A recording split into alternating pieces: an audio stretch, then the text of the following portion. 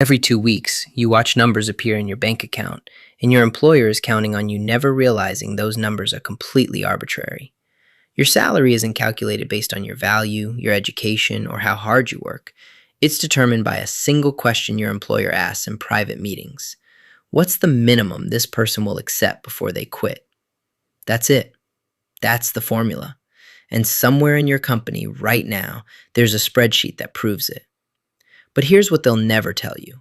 The system deciding your worth was designed decades ago, specifically to keep you from discovering what you're actually worth. Here's how they actually calculate it. Your employer doesn't ask what your work generates in value. They ask what it would cost to replace you. Hiring a replacement means recruiter fees, training costs, productivity loss, and risk. Economists call this the replacement cost ceiling. If you'd cost $60,000 to replace, they'll pay you $45,000 and call it generous. The difference isn't profit margin, it's leverage margin. They've calculated precisely how underpaid you can be before jumping ship becomes worth the hassle. Every annual review, every raise negotiation happens inside this invisible cage they've built around your earning potential. Now here's where it gets insidious. Remember your very first salary? That number is still controlling your paycheck today. It's called wage anchoring, and it's the reason employers desperately want to know your salary history. Every subsequent job use that original number as the baseline, adding incremental bumps that feel like progress, but mathematically guarantee you never catch up to market rate. If you started at $42,000 when you should have started at $55,000, that $13,000 gap doesn't disappear with 3% annual raises. It compounds across your entire career.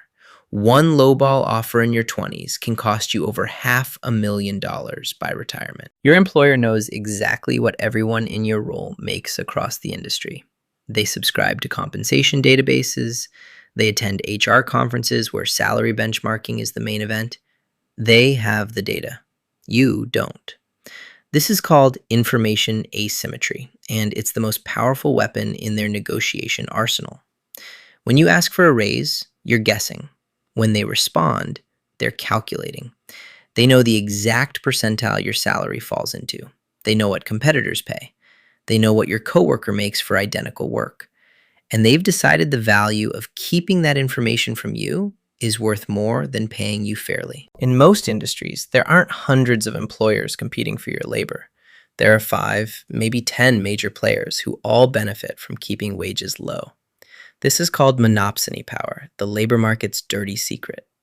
Just like monopolies control prices for buyers, monopsonies control prices for workers.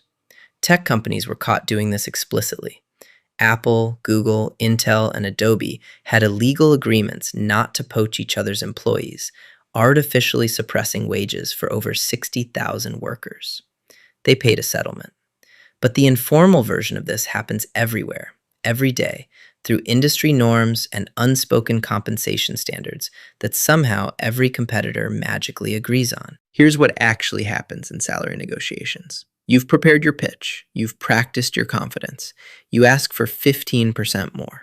Your manager looks concerned, says they'll fight for you, and comes back with 4% and a promise to revisit next quarter. You feel heard. You feel valued. You accept. What you don't know is that 4% was pre-approved before the conversation started. The concerned look was performance. The promise to revisit is a psychological tactic called temporal distancing, pushing resolution into a vague future that never quite arrives. The negotiation wasn't a negotiation. It was theater, designed to make you grateful for what they'd already decided to give. So what are you actually worth? Here's the uncomfortable truth. Market rate isn't what someone with your job title typically makes. It's what someone else will pay you tomorrow. The only time you discover your real market value is when you're willing to leave. This is why job hoppers earn 20 to 30% more over their careers than loyal employees. Not because they're better negotiators, but because they're the only ones forcing employers to reveal true replacement cost. Every external offer is a glimpse through the curtain at what your skills actually command when your current employer's anchoring tactics and information advantages are neutralized.